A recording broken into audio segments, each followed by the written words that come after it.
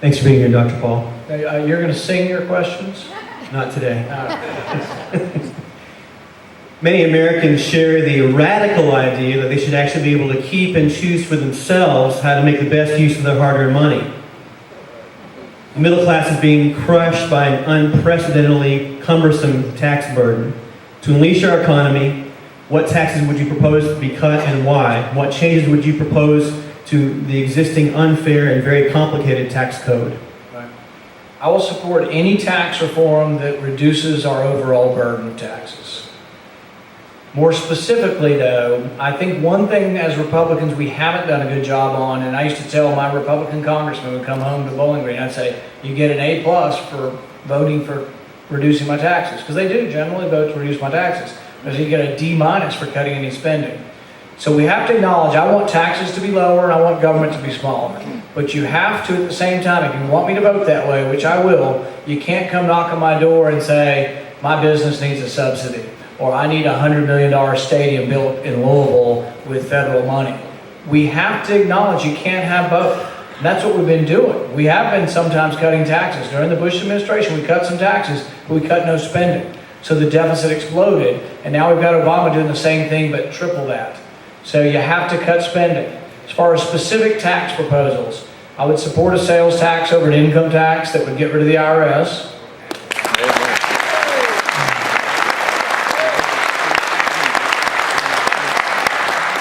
If we can't get that, I would also support a flattening of the income tax and getting rid of some deductions as long as the rate were low enough.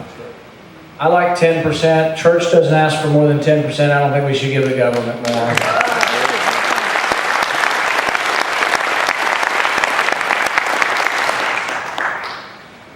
Okay, I had a follow-up question on the healthcare issue, Dr. Paul. What about tort reform? How important do you think it is that that we have some changes in that area? And how would that affect? How do you think? I think we do need tort reform. I think for the most part we're going to have to do it at the state level because Congress has authority over the federal courts and Frankfurt has authority over the state courts. If I were in Frankfurt or running for governor, I would propose it as a big solution. We're a long ways away from getting it though because you have a small minority. You probably have 20, 30 people in the House that'll vote for it. In the Senate, you probably got maybe 40% that'll vote for it, but you need new people in your state House and your state Senate. There are diseases like cerebral palsy, and I'm going to mention a really bad word, John Edwards. It just makes my blood won't even think about it. That's two bad words. That's two bad words. But anyway, he made $100 million personally suing doctors over cerebral palsy. There's no, and it's a sad situation when a child has profound cerebral palsy, but there's no medical evidence that has anything to do with the birthing process. You can have a 20-minute delivery with just a breeze. Woman's sixth child, 20 minutes, and the child can still have profound cerebral palsy. You can have, like my first son was 36 hours in coming into the world, and we didn't think we'd have any more kids after that. But he came out perfectly fine. But if it's a difficult delivery and the baby has cerebral palsy, they sue for millions because of the sympathy of everyone towards the child. But what we should do is some things like that I think should be completely excluded. Just say you can't sue over something that there's no evidence that has anything to do with the doctor. Now what we could do though is not to be completely unsympathetic is let's try to develop something through the Red Cross or one of these organizations where when you're pregnant you buy an insurance policy for $25 or $50. Because so many people are pregnant and having babies, and only a very small number get cerebral palsy or diseases like that. You could insure against rare events. That's the way insurance works really well. You have a big pool of people, and who wouldn't buy it? I think everybody would buy it, because then you'd have a policy. It might cost $1 million to raise that child. You would have help from an insurance policy. So I think we have to be able to have sympathy, but not make it this sort of adversarial thing that jacks up all costs. We have OBs in our town paying $100,000 for malpractice insurance. It definitely adds to the cost. And that's also preventing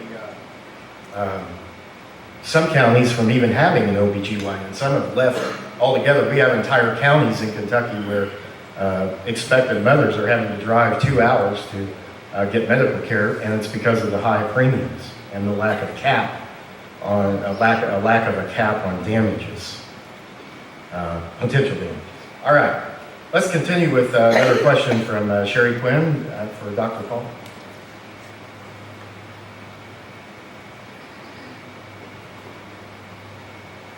Dr. Paul, I think one of the issues that people are really concerned about right now, and I see that your main opponent in this race has come out on television about, is basically the issues with our treatment of terrorists and those who are inmates at Guantanamo. So I wanted to know if you could please clarify your position on the U.S. treatment of the inmates at Guantanamo.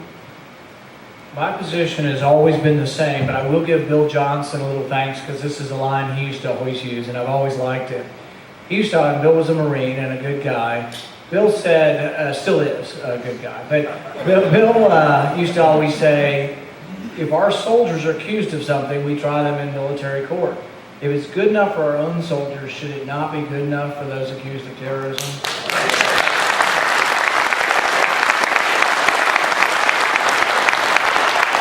So I think those captured on the battlefield should be tried in military tribunals. I see no reason to bring them to the U.S., and I've never been in favor of civilian courts.